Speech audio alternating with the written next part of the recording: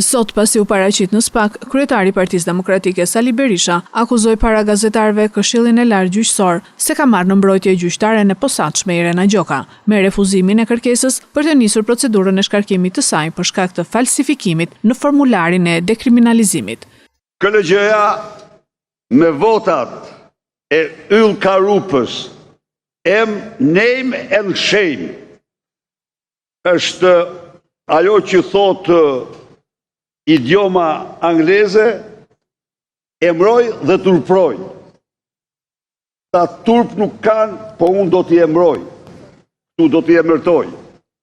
Me votat e Yll Karupës, Ridvan Hados, Markelejn Koçaj, Emona Muçi, Klodian Kurushi dhe kreut të tij Ilir Rusi, me 6 vota refuzuan apo vendosen mos pranimin e nisjes së procedurave për verifikimin dhe shpalljen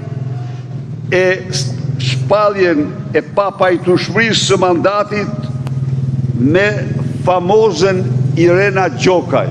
Këta persona të cilët shkelmojnë mbi një zinxhir, mbi një seri dokumenta zyrtare, shqiptare dhe ndërkombëtare, dokumenta të cilat i ndërpresin automatikisht mandatin Irena Gjokës, këta janë më kriminal se vetë Irena.